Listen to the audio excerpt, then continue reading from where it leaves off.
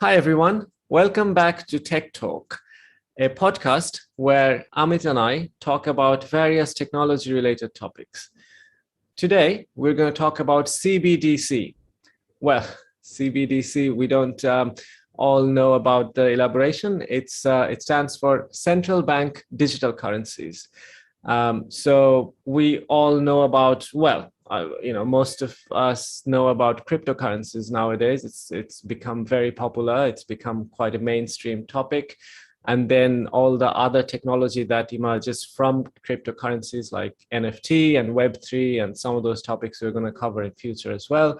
One of the things that has come through as a sort of no, I don't want to say side effect, but as as cryptocurrency grows in popularity, different governments have also looked into the technology, blockchain technology, and whether many governments likes the idea of cryptocurrency or not, blockchain technology in itself is a very, very solid technology with a lot of potential.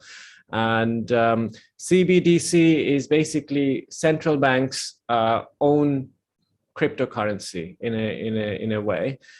So various governments are looking into using blockchain technology to create their own cryptocurrency, which is going to be their national currency. And they're sort of coming up with this digital currency, which is going to be issued by central bank. And today we're going to talk about that, CBDC in short, and what are the implications, how did it come about, and what effect it could have on the the global cryptocurrency market, etc., etc. Amit, thank you for coming up with this topic. It is interesting nonetheless, and it's something that has a very sort of wide range of effects on the global currency market altogether. So yeah, tell us, what do you think of CBDC, and what's your initial sort of response? First of all, thank you so much, Rinat. Uh, I think the CBDC as a topic came to my head because I was reading an article a friend of mine posted on LinkedIn, and he recently posted about, okay, what is CBDC, which countries are currently adopting, and what are the different types of CBDCs, etc. And then it captured my imagination, and I thought, okay, it's a topic worth exploring and worth talking about. It has got digital, so there is technology involved. It's not something that is something that we cannot talk about. So we have already spoken about cryptocurrency in one of our previous talks. So I thought it's quite relevant. And there are a lot of countries that are currently experimenting with it, especially as you rightly mentioned, Bitcoin and many other currencies that are currently in the cryptocurrency world.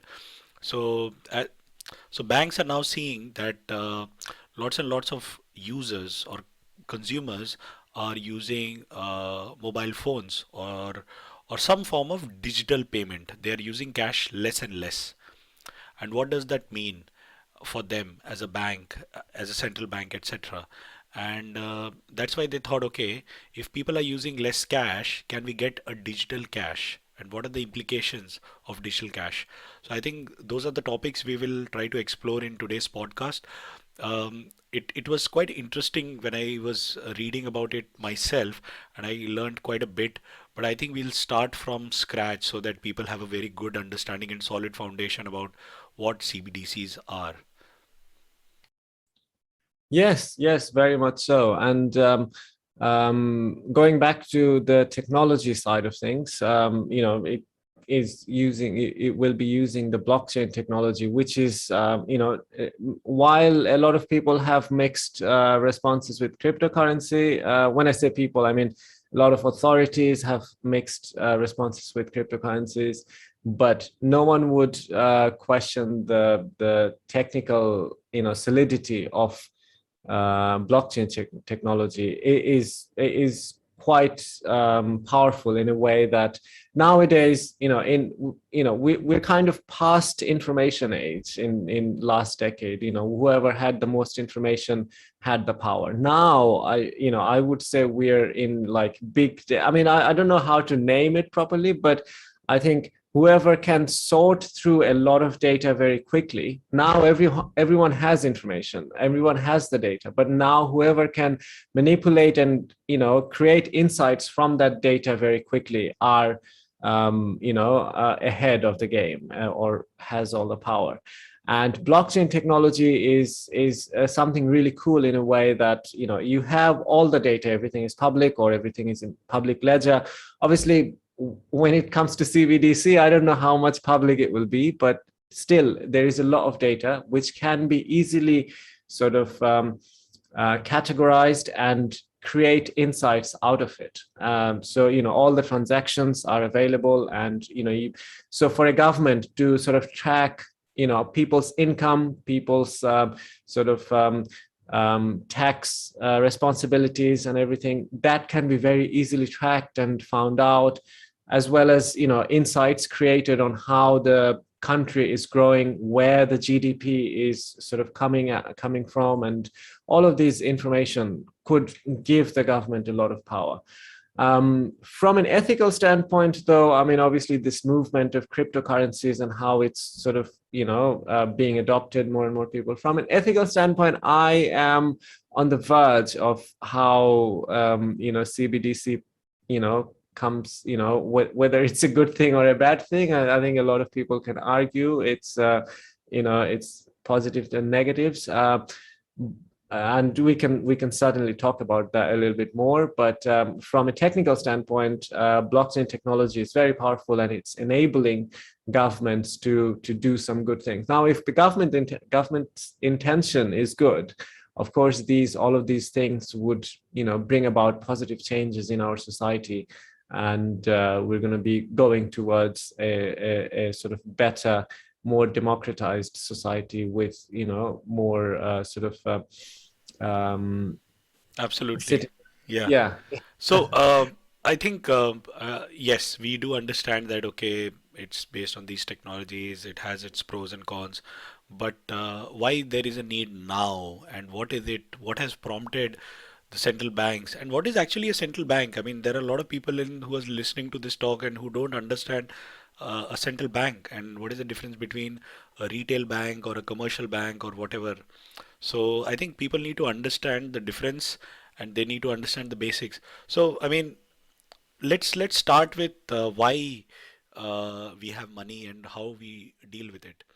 So in olden times, we used to have the barter system where suppose you want to have a cow, but you want a cow from another person or a cow's milk from another person. The other person is saying, okay, I can give you the cow's milk, but what will you give me in return? So in return, the person says, okay, I'll give you 2 bags of rice or 1 bag of rice. So you get cow's milk for 1 bag of rice. Now that is very inconvenient because you cannot actually gauge the value of one good from another.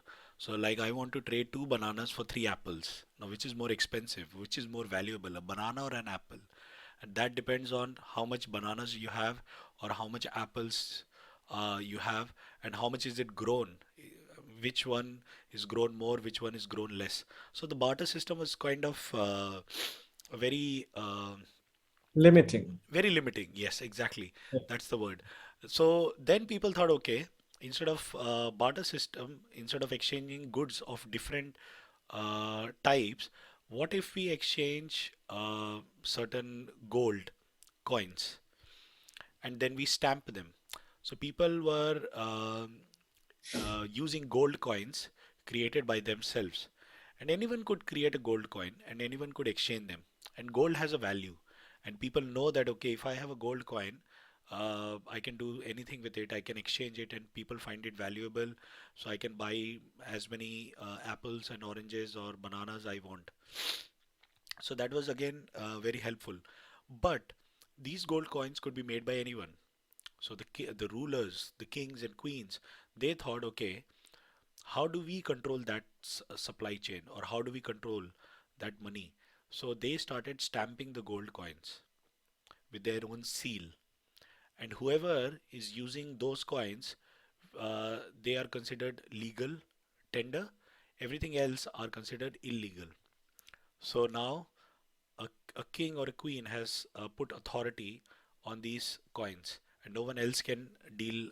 No one else can create those coins. So the coins are being generated from the treasury of the empire, and then stamped to prove that okay, this is from this kingdom and that coin is from another kingdom. So that's how the coins started coming. And then people thought, okay, I have a lot of gold now, and I want to go and trade with someone in some other country. And or I have a lot of gold in my house, but my house is then not safe. So where do I store the money? So that's where banks came. So you went to the bank to deposit the gold, and the banks gave you a receipt saying, this is how much gold you have with me in the bank. Then you go to another person and he says, I don't have all the gold with me, but I have this receipt that proves that how much gold I have. And that receipt, if you take and then you go to the bank, they can give you the gold. So the guy says, okay, fine. So the person says, okay, fine. We'll go to the bank and we'll just give me the note, and we will get the gold from the bank. So now that is just a receipt, an IOU. I owe you this much money. This is the receipt. That is the physical gold available. So the banks thought, okay, now this gold is there in my bank, but not everyone is asking for the gold. So suppose Rinat Malik deposits 1000 kilo of gold and Amit Sarkar deposits 2000 kilo of gold. Now they don't need the gold all the time. I don't need it on a daily basis. So the gold is lying there idle. So the banks thought, okay, this is idle money, idle gold, and I can loan it to someone. I don't have to loan the entire gold, but I loan a part of the gold. So part of the deposits that I have. So the banks then started giving gold loans. And instead of giving gold loans, they gave again IOU notes. So now banks were giving more IOU notes than gold that they were holding.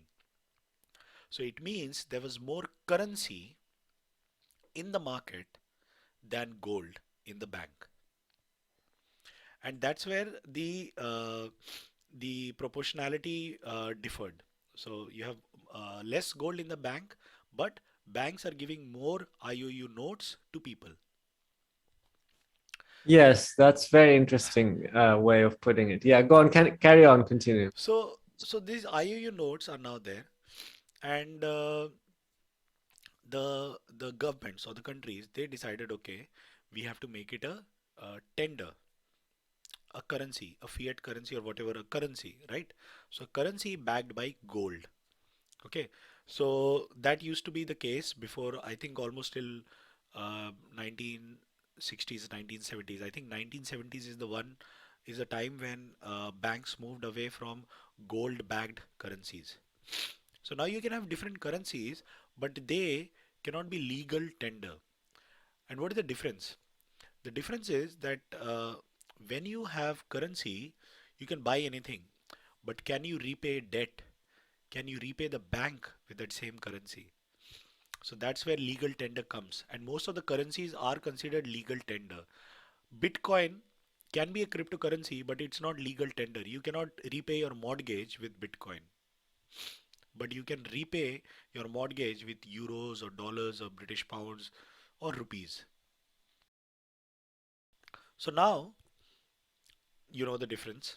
So and after World War, what happened? There was huge demand of growth, and with that demand, people needed money. Now, gold has a problem. It's a physical thing, and it has to be mined. Can people mine it more quickly than how much people can use?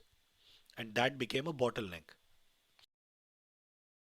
So, countries thought, okay, or banks thought, what is the better way to do it? And that's when fiat currency, as we know it, came into existence. Now, this is a currency created by the bank whenever they issue a loan. So the bank doesn't have gold, or the money that the bank is generated cannot be reimbursed with the gold. Meaning, earlier you could go to a bank, take the note, and get some coins, gold coins, silver coins, whatever. Now you go to the bank will not give you a gold coin. The reason being, earlier what used to happen, so suppose you have a dollar and you take dollar from US to Europe. So someone from Europe can come to US and they can say, oh, I have this dollar, give me some gold. So they can do that, right? Now with fiat currency, that goes. So now you have a currency that is not backed by a gold. It is only created out of thin air. But it has a rule. It can only be created when you issue a loan.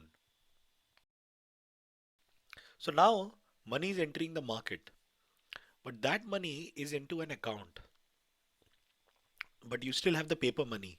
That paper money is in our pockets, in our wallets. Okay. So who prints the paper money? The banks don't print the paper money. That's where you have this concept of central bank and commercial banks or retail banks. Central banks deal with commercial and retail banks. Commercial and retail banks or commercial banks, they deal with us. We never deal with a central bank. So in this example, Federal Reserve from US, Bank of England from UK, or the Reserve Bank of India from India. And in Bangladesh, I think there might be a central bank. I don't know the name. Yeah, it's called Bangladesh Bank, our So yeah, original. yes. So that's a central bank. So you never open an account as a consumer with Reserve Bank of India or with Bank of England. You open an account with State Bank of India or HSBC or Barclays or Lloyds or any other Citibank. You open an account with them. You never open an account with a central bank. So that's one of the difference. A normal consumer never works or never banks with a central bank. But central bank decides how much money should be printed, how much money should be circulating in the economy, and how much interest rate should I be charging. When they increase the interest rate, it means banks also have to pass on that increased interest rate to the consumers. So consumers will borrow less.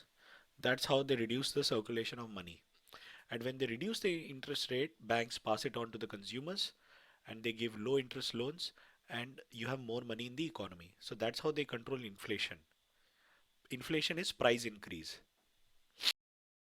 Now in all this thing, you have cash, a physical money.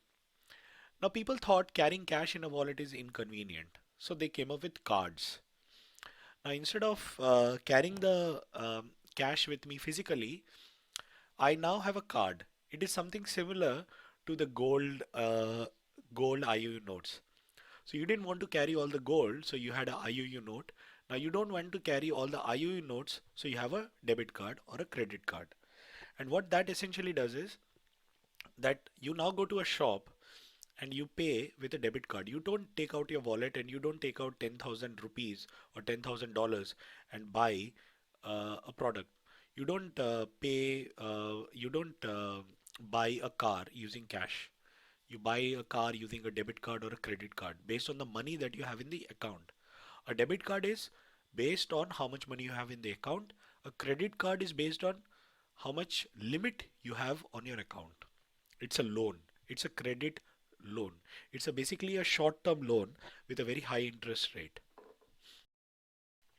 Now, what's happening is that these debit card and credit cards are being used on machines. So when you go to a store to buy a product, you insert the card into a machine. That machine is the point of sale machine or a POS machine, POS machine.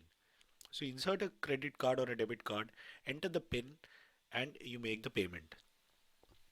The money is in your account. The shopkeeper has a different account or a different bank.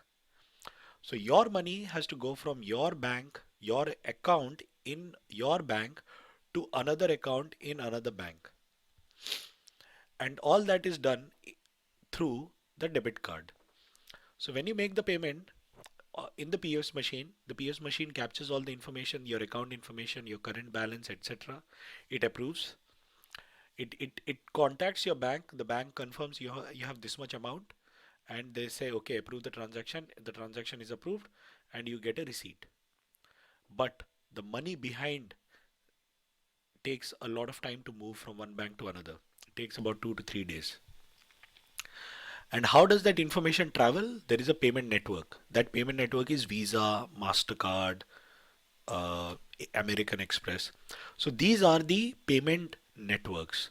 So through that, payment information travels. So suppose you have a credit debit card, it inserts into the POS machine, the information travels through the Visa network, goes to the bank, comes back, the bank approves through, and then the approval comes in the Visa network, comes to the POS machine, you get a receipt. Now the money in your bank has to move from, say you bank with HSBC and it has to move to Barclays. So the money in HSBC in your account has to move to Barclays in the shopkeeper's account. And that takes time, that takes processing. And there are so many things involved. And in order for you to now remove the hassle of the debit and credit card, now you can pay using a mobile phone. So now you have Google Pay, Apple Pay, Samsung Pay. What it does, it gets rid of your debit card. So first we got rid of all the apples and oranges because we could not trade with that. Then we got rid of all the gold. We could not trade with that. We got rid of all the IOUs. We could not trade with that. Then we got rid of all the cash because we didn't like the convenience. We didn't want to carry a wallet. Then we got rid of all the credit and debit card, and now we only carry a mobile phone.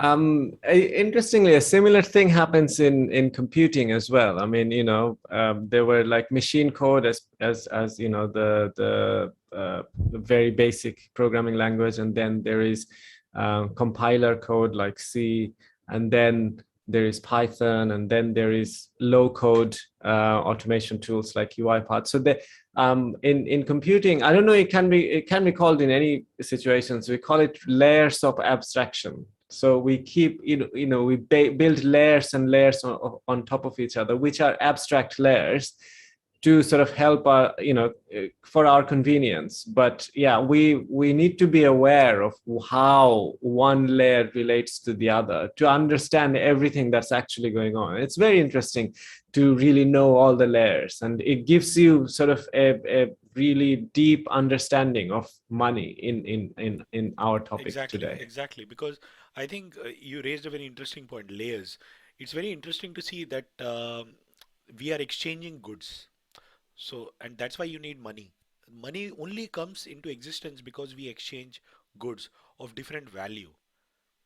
And the value is decided based on how much is the demand and how much is the supply for a particular item. So, a banana will always give you the same nutritional amount if it weighs the same, no matter where you buy or when you buy it. Okay. A banana is almost of the same value today as it was in, say, 1800s or even in ancient times. A banana is still a banana. So what has changed? Why is banana now, instead of dollars, one say 50p, now it is $100? It is because the value of the currency with which you are buying the banana has depreciated. And why it has depreciated? Because now you have more money in circulation in the economy.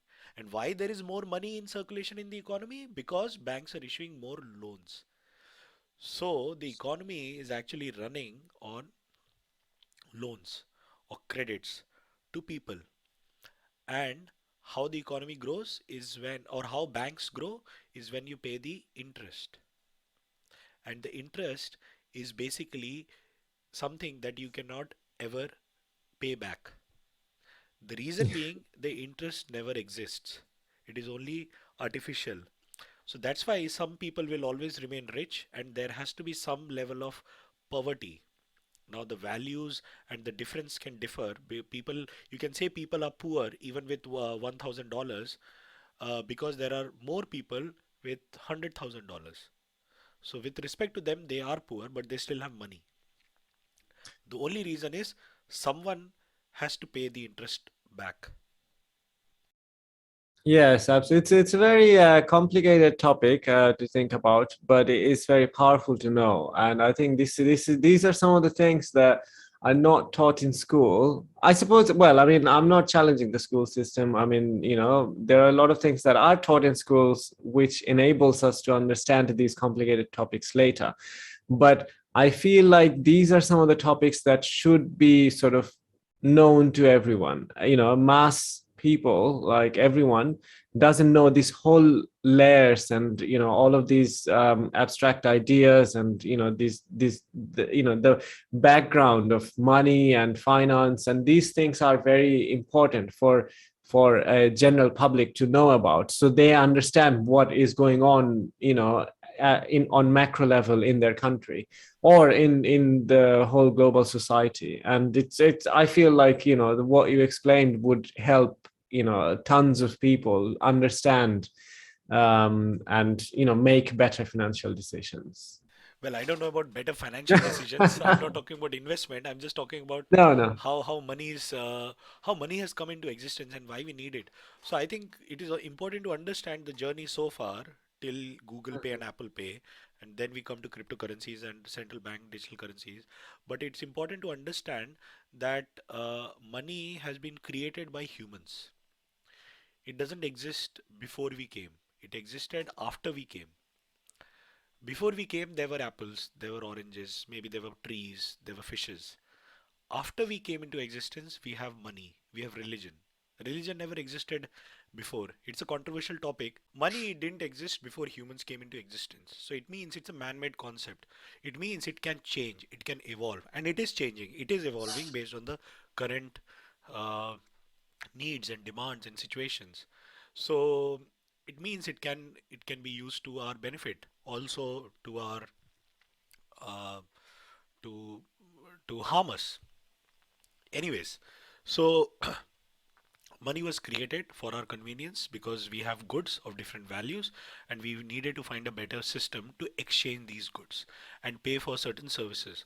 So services could be, okay, lift a bag for me. Now, how do you quantify lifting a bag from place A to place B? So you quantify, say, the weight of the bag, the person who's lifting the bag, or the distance in which the bag has to be carried, etc. The weight of the bag and the weight of the content inside the bag, etc. The time of the day. So suppose you lift in the night, suppose you lift in the day. So there are different aspects to which you define a value to a certain service. It is not a good, it is a service. How do you quantify teaching to students? How do you quantify that? So with that, the concept of money came and it became a very powerful tool. I'm not talking about investment, I'm just talking about the concept. Why there is money. So now you have Google Pay and Apple Pay. Now, so you got rid of your debit cards. So instead of carrying three or four different debit cards, you just carry a mobile phone, and all your debit cards and all your credit cards are inside the app. And you go to the POS machine and you use contactless, and you pay. You tap your phone. The money gets deducted from your account and goes into the shopkeeper's account. Now, where is CBDC or cryptocurrency coming into the picture? So, cryptocurrency is like a protest. Now, who controls the money? The central bank, the commercial banks, or the retail banks. They control the money. So it means you have to have an account with them, and they will monitor all the transactions. They will make sure there is no fraud transactions. They'll make sure that whatever money you have in your account is what is there in their balance sheet. They ensure that you cannot, by hook or crook, add more money into your account, or by hook or crook, your money accidentally goes into someone else's account. So basically, banks are managing the balance sheet or the ledger. People say khata in Indian, in Hindi, or maybe even in Bengali. So it's a ledger, and the ledger holds the transactions. Person A pays to person B this much amount on this day and time. So now person A has this much balance, person B has this much balance. That's a ledger. It's a record of transactions for that particular day between two people for whatever amount. That ledger is maintained by the bank. Now, Cryptocurrency came and said, okay, I will issue you a token. Now, what is the difference between a token and a currency? So, currency is something that you use to buy goods. A token is something that you can be familiar with when you go to a casino. So, in a casino, you go to the reception or you go to a place where you give your money, and in exchange for that money, say $100, you get some tokens which are worth $100, and you then go and play at the table or machine.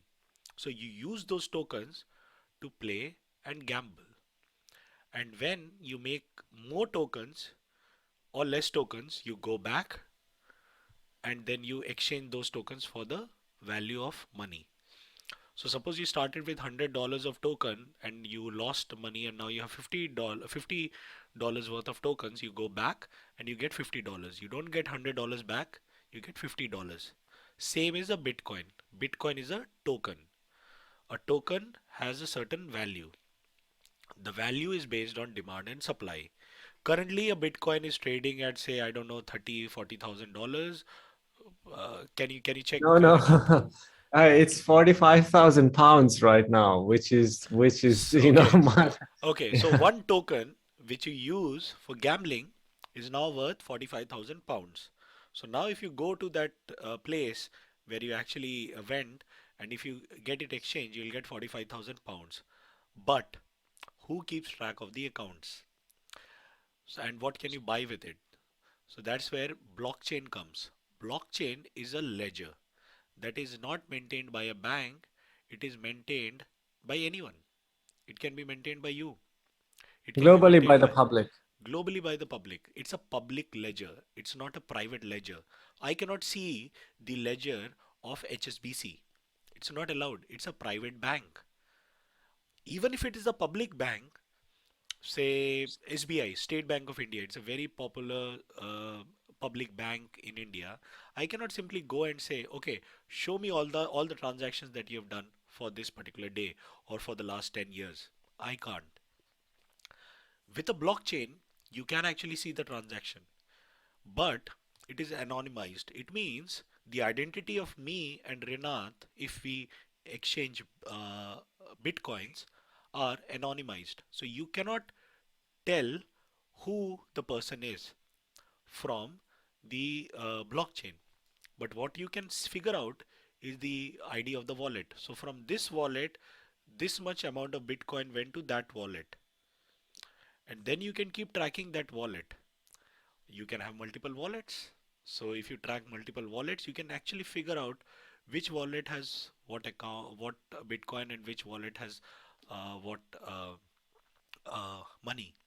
And if you know the wallet ID of, say, Rinat, you go to the blockchain, you search for the wallet, and you can see all the transactions from Rinat. Public ledger. All the transactions are public, held in blockchain. To know about blockchain, to know about cryptocurrency, please listen to our talk on cryptocurrency. I think that is a very useful talk as well. So I'll not get into more details here. I So think we should do another talk on blockchain and cryptocurrency. I yeah, mean, I mean there is so we can much to explore. cover. Yeah. Yes, we can explore more. So now you have this cryptocurrency and you have blockchain. So blockchain is the ledger, cryptocurrency is Bitcoin. And a ledger can hold transactions of anything, not just currencies, but data, goods, any kind of transaction, any kind of ledger, that any kind of accounting that that you want to keep, you can now keep in that store in that ledger. And that's where NFT comes into play as well. But we're going to cover that another time. Maybe we'll cover that in another topic. Sorry, another talk. But yes, so now you can store any form of transaction or data in that blockchain. And that blockchain is decentralized. It is not centralized. It is not owned by few banks. So that's centralized. It is owned by everyone, so it's decentralized. Problem of decentralization is someone has to maintain the infrastructure. Who will maintain the ledgers? How do we make sure that the ledgers are right? How do we make sure everything is working correctly? So we tried to replace the banks and we created a new system. and eventually that will also become centralized because someone will have to maintain the system.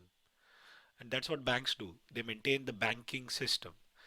The movement of money from one account to another account over from one country to another country has to be maintained. So the movement of uh, money from one account to another account, from one bank to another bank, from one country to another country has to be maintained. That is part of the banking system, the system which maintains the movement of money, the system which gives people money through ATMs, through withdrawals from cash machines, through withdrawals from banks.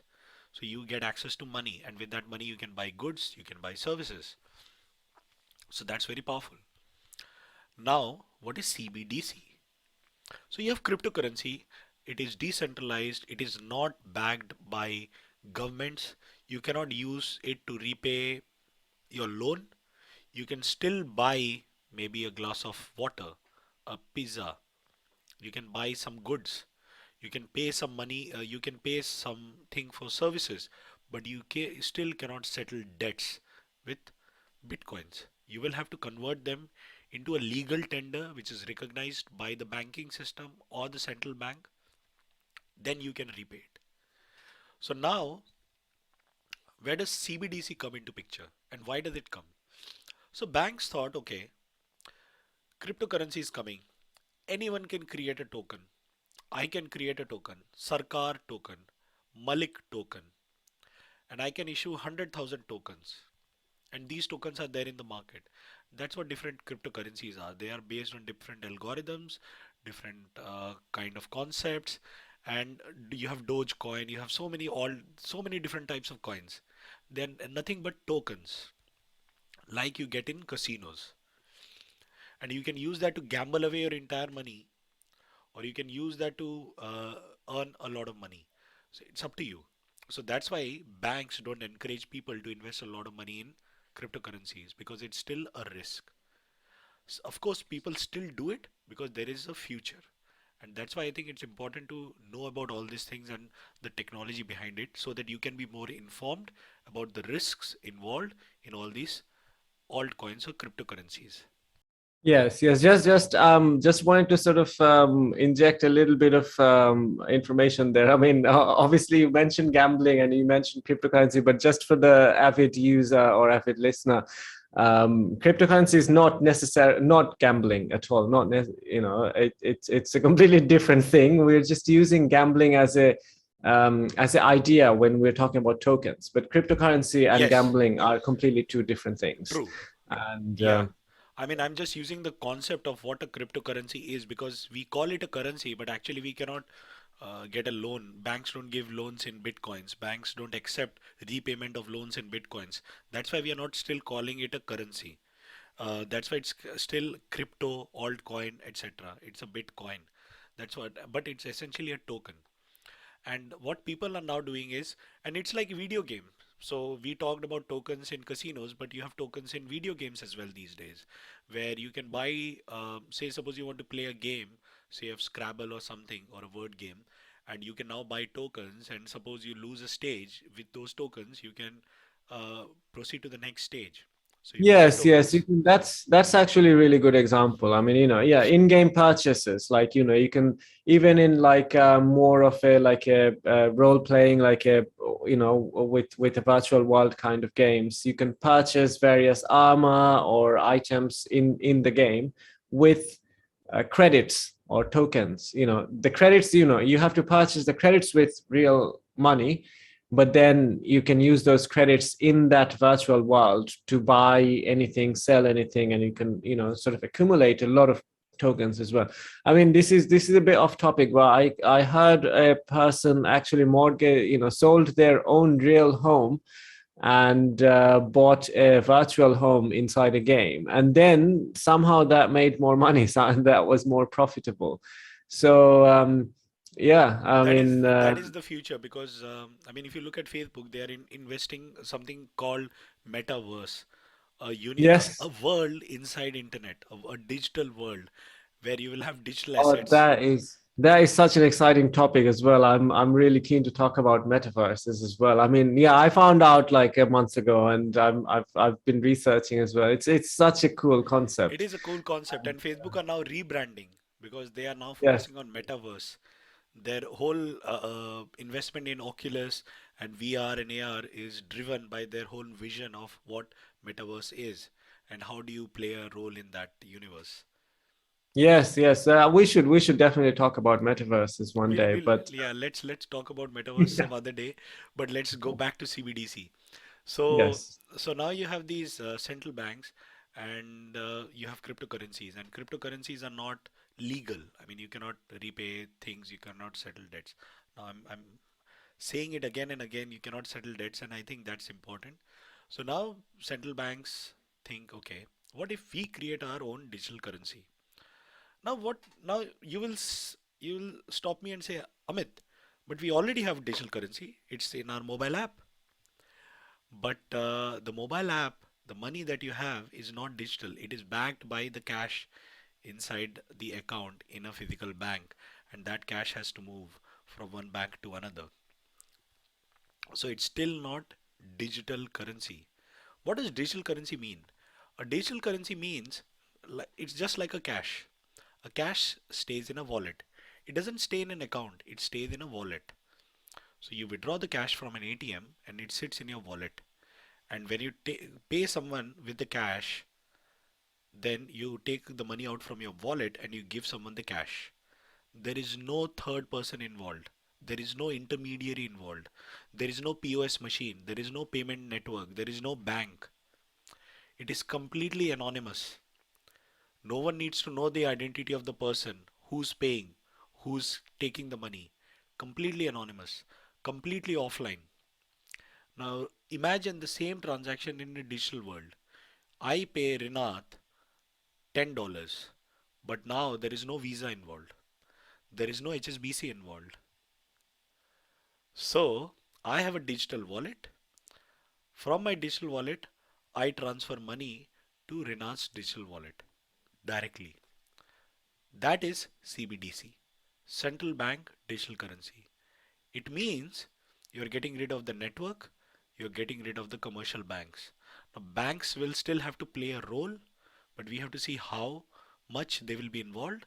But essentially, this is what it is. Central banks are now issuing currencies which are equivalent to the physical currency. Say a $1 in cash is the same in value as $1 in digital money, and that can be instantaneously sent from one account to another account or one wallet to another wallet. Now, what does this mean? This means that tomorrow, in the future, if there are people who don't have bank accounts, they can still receive money from the government. What happens today? So, there is a poor person, they don't have a bank account, and the government wants to give aid. But the problem is, aid means money, and the money cannot be sent by post. So they'll send a check. Problem is, a check has to be deposited in a bank. And if you want to encash that check from a bank, you need to have a bank account. So what do you do? That's actually a massive pro for CBDC, because there are a lot of aids from governments which doesn't due to, in a lot of third world countries, due to corruption, it doesn't reach the actual target people who actually really needs the money. Government aid and foreign aid, like aid coming from UN and other places, the money doesn't reach the target person that they are sent to. And even if it does, not all of it does, because due to corruption and other reasons, part of it is kind of disappears into the infrastructure. And not just that, digital currency would also eliminate the middlemen, like the payment processors and the banks, which would also help overall the society, because the one transaction doesn't need to sort of think about paying all of these middlemen to sort of happen successfully. So yeah, these are actually quite significant pros for CBDC. I hadn't actually thought about it before, but yeah, no, now that you explained, there are very very powerful pros on the in Yes. this case. Yeah, So I there was are initially thinking all the negatives, but no, yeah. so there are a lot of poor people in the world who don't have bank accounts. I mean, there might be people in the middle class, well, who may not have bank accounts because they just don't want to open a bank account. So Yeah. how do you reach people? How do you distribute money to people without a bank account? So that's where you have the digital wallets, the digital currency, that they don't need to have a bank account. So just like cash, so you go and you get cash for work that you do. Similarly, now you Hmm. can get digital cash or digital coin or digital currency, whatever you want to call it, and it is backed by the central government, sorry, central bank. So it means Hmm. that it is legal. So now you can repay the debt from the digital wallet on your phone. That is a very powerful Yes. concept because everyone now has a phone. Even the people who are the poorest are now having mobile phones. Yes, just wanted to clarify one thing else, Hamid. You were mentioning that because the cryptocurrency is not legal. I mean, you mean legal tender, which a Legal cash. tender, yes. Yeah. I mean, Cash is equivalent. saying it's not legal means it might be illegal, but no, that's not Okay. the situation. Yes. It's not a legal tender, the cryptocurrency, but it's very much legal in various countries where it is. So yeah, there is. I mean, India has like completely made trading in cryptocurrency, storing, buying cryptocurrency is illegal. So there are a few countries in the world where you cannot Including actually buy, Bangladesh as well. including Bangladesh, where you cannot buy or sell cryptocurrencies. Okay, so you have to be careful. That's why, I mean, you have to understand the legal implications of things that you're doing. And I think our aim is to educate, not to dissociate. I mean, not to tell people, okay, stay away from cryptocurrency, but understand why it is existing. Okay. Yes. And of course, we don't encourage in any way to do anything that is outside the law in your country. Absolutely not. But Yes. yeah, in many countries like US and UK and other European countries, it is a legal um, item to trade with, but it's not a legal tender, which means that it doesn't have the same validity to the central bank as Yes. a cash Uh, note does. As Because a a cash cash note note, does. Yes. yeah, has is a legal tender, which means it's issued by the central bank as in that they are bound to give you that same amount of value if you give them that cash note. Exactly. So that's the legal agreement between you and the central bank that, yeah, because you have this note, you are you have the right to get that much value from the bank. So that's the legal contract between you and the bank, and that's what the legal tender means. Cryptocurrency is not a legal tender in that sense, but yeah, depending on which country you're living in, it is very much legal in many places and not legal in some. Yes, and I think a lot of people are now accepting online payments using bitcoins. I think the PayPal is issuing. There are few digital bank accounts in UK where you are encouraged to buy cryptocurrencies. You can actually trade them. You can buy them from an app. So it's quite convenient. So it's not like it is illegal everywhere. It is legal in a lot of places, and a lot of companies are now investing a lot of resources into making this a reality of how do you use bitcoins to buy different types of assets, financial assets, physical assets, any type of assets. So anyway, let's come Yes. back to CBDC. So you have the Yes. digital currency, and now you can give money to the unbanked. So it's a huge benefit, but it comes with a side effect. So it means now that digital currency can be used to track you. So central banks will know from which account to which account the money went. So they can easily see how the money is moving. So it helps in a way. You can prevent money laundering, you can get taxes, you can see all the transactions, but your privacy is invaded. With the cash, your privacy is never invaded because no one is seeing where you have used that cash. So your transactions are still very private. If I go tomorrow and buy some medicines, the the central bank doesn't know what medicines was bought or who bought those medicines. They just know that this person has received this much cash over a period of 1 month or 2 months or whatever. So that is important. So one is privacy. The other is that because it's digital, it means it can be hacked. So now you have a digital infrastructure maintaining. So you have the banking system. Now you have a digital infrastructure to maintain all these transactions. And these transactions or this digital infrastructure can be hacked by people who don't like these systems. And that means your money will be at risk. So that's another disadvantage. So you have lost your privacy and your money can be stolen from hackers. What else? I mean, there are many other things that we have to think about before we have a CBDC in place. That's why a lot of countries are now thinking about it, but they have still not implemented it because there are all these other factors that they have to think about. The other biggest factor that they have to think about is the role of banks. So if central banks can issue currencies directly to the consumers, why do we then need banks? So the role of banks Yes. gets eliminated. But then central banks will have to maintain all the wallets. Central bank will have to track all the transactions.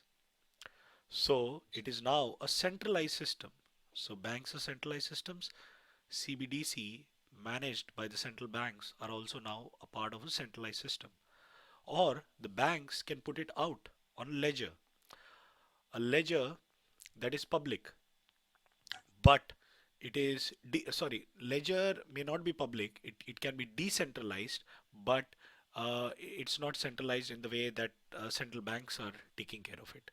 The network is taking care of it. So those are like the pros and cons of CBDCs.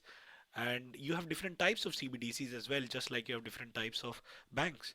The reason is, and I'm not talking about cash, I'm talking about banks. The reason being, you never deal with central banks currently. You only deal with a commercial or a retail bank. Commercial or retail banks deal with central banks. What does that mean? So you need to have a separate currency with which you deal with in the future with consumers dealing with, say, governments, central bank, and commercial banks or retail banks dealing with central bank. So you might have two different types of digital currencies. So they are called wholesale CBDCs and retail CBDCs. Retail CBDCs are for people like us, regular consumers, and wholesale CBDCs are people for financial institutions like banks and very big financial institutions, and they deal directly with the central bank. But we don't know if banks can exist in a world where you have CBDCs. So that's why there is a lot of research going on at the moment, and it is a very interesting topic. But the good thing about CBDC is that it will not diminish in value. Bitcoin fluctuates in value. Today it's 45,000 pounds. Yesterday it might, tomorrow it might be 20,000 pounds. So it fluctuates in value. A CBDC of £1 will always remain CBDC of £1. The value will always remain the same. The value will not appreciate or depreciate. So, I mean, this is I mean, CBDC in a it will. nutshell. Yeah, yeah. Just, I mean, it will appreciate, depreciate based on inflation, and Based on inflation, yes. the same way any like national currency, appreciates or depreciates in value. But it's not going to be fluctuating based on the supply and demand of, like, for Yes. example, other cryptocurrencies. But yeah, Yes. it will move its It will. value, but it will basically track the national currency. Whatever Yes. the national currency value is, it will always track True. that. True. So yeah, so that vulnerability of massive fluctuation. In the beginning of this year, obviously, Tesla was looking at adopting Bitcoin, and then Uber was talking about paying with cryptocurrency. But Yes. then the problem came in when, because of the very high fluctuation, you could be taking an Uber. At the point of you getting on the car, you could be deciding that the charging this is this much, but then by the time you reach, the price have fluctuated so much that that it doesn't make sense, Yes. the journey you made. But that's not going to be happening with CBDCs, because CBDCs. it's going to be tracking the national currency. So that's the sort of the kind of I don't want to call it benefit because it's the same as the national currency we have now in every countries, but that's how that risk is eliminated. So that sort of that negative side of using cryptocurrency as a regular day-to-day currency. That's the problem we have at the moment, although it's set to correct at some point in the future. But right now, the national currencies, the way they are kind of stable, the CBDC coins would be stable or tracking the national currency in that way. So we're not going to have that problem. True, very true. Thanks for adding that, Rinat. Yes, I think that's very valuable. So yes, so I mean, we have to think about these fluctuations as well whenever we are talking about these currencies. And CBDCs have this huge advantage. The volatility is very less, so it's quite beneficial for day-to-day transactions. And that is why I think a lot of central banks are now thinking about CBDCs and how we can bring them into the economy. The other problem with any digital asset is how to prevent duplications, because with a simple Control C and Control V or some change of code, you can easily create that particular asset. In this case, a digital currency. So how do you prevent that? So banks have to also think, and cryptocurrency has already thought of preventing that duplication through blockchain technology. How do you Yes, yes. prevent? I mean, CBDC would also have to have blockchain technology at its backbone. So I never thought that that was ever an issue because if someone could just copy and paste, then Yes, then it doesn't work as a currency. But yeah, yeah. and I think it's important for people to understand that in a digital world, this is why everything is so important, or why these technologies exist. It's preventing us from doing Control C, Control V, and it's preventing us from Yes. becoming millionaires. Well, if everyone's a millionaire, then no one is. Yes, So true, true. yeah, so no, this is actually very informative, Amit. Thank you very much. I mean, I kind of started the talk with a bit of a negative bias towards CBDC because in a macro level, in a global level, I kind of thought that ethically this is not going to serve the purpose of the movement towards cryptocurrency. But then you kind of opened my eyes towards all the benefits for people who really need it. I mean, I donate money to various charities every month, but at the same time I also know that half of what I am donating is kind of not reaching the target person that I want them to reach. And they're like richer countries like US, UK, and European countries donate a lot of money to third world countries, and the amount of money that is donated, if they reached the right people and it made the right impact, it would make a big difference. But a lot of it doesn't reach that far. And even if it does, not all of it does. A lot of it kind of gets consumed by corruption and the higher authorities in each of these countries. And that is a massive pro for CBDC to be able to enable everyone. And also paying tax is a good thing, because if the government, I mean, if we go into the argument with the assumption that all governments are looking to do good for all of the people, then yeah, with the tax money, people not being able to evade tax, and also having track of all the money that's going in and getting insights for the government, these are all very positive things if used appropriately. Exactly. And And CBDC does enable that. So and yeah. there is another thing, Rinat. I mean, while you were talking about this benefit, I think there's another benefit is cross-border payments. So currently, Hmm. cross-border payments are a huge industry. The reason being, a lot of people like us, we are first generation immigrants in a developed nation. We come from a developing nation to a developed nation, and a lot of us we send money regularly back to our homes. So I send some money, you send me, you might be sending some money back to your home country, Hmm. and that's a cross-border payment. So you send, say, pounds, and it gets converted into rupees. And but that payment takes time, and that payment is expensive. So with Yes. a CBDC, you can eliminate all these systems, and you can maybe the central banks can deal with themselves, and the transactions can be much faster and much cheaper.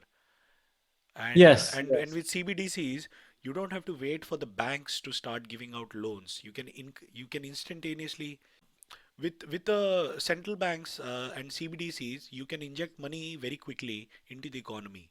So you don't have to wait to issue loans and to get it approval, everything.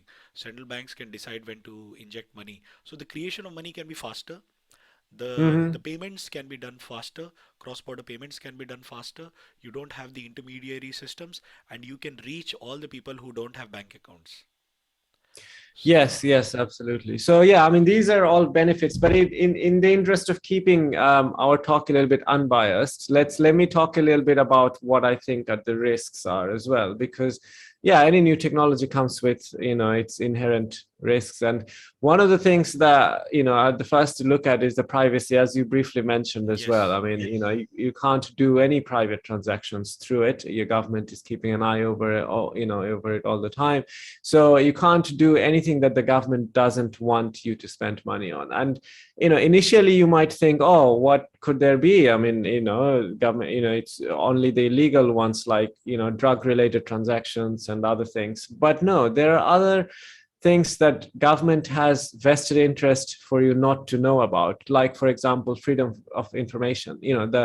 Most of the countries in this world are democratic countries, and they have opposition parties, who wants to do their, promotions. And usually in a democracy, two part, a number of parties keep each other honest in a way, because yes, they all call out if someone else is doing something mischievous. And government with that kind of power can sort of restrict the information you could get, or restrict the activities that would get the government into trouble. So that's one thing.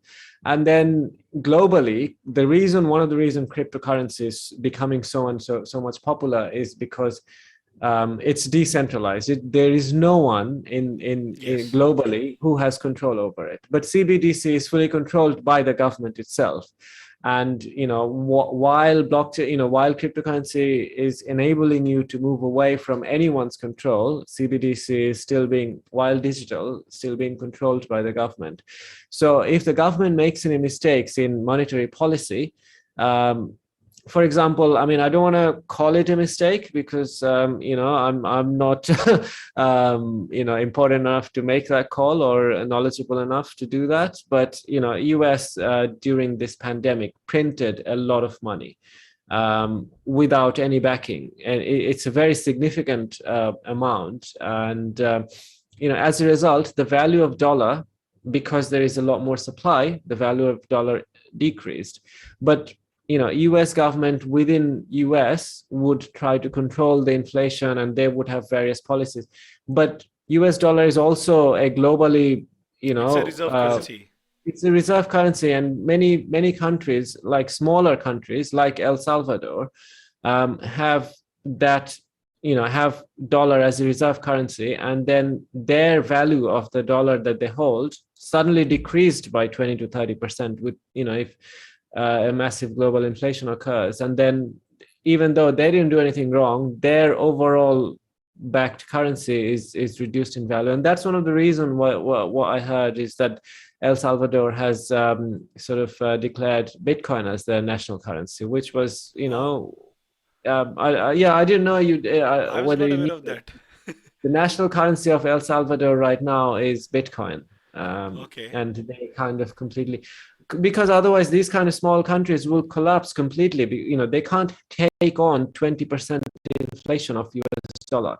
So there are various positives that cryptocurrency brings, which CBDC won't.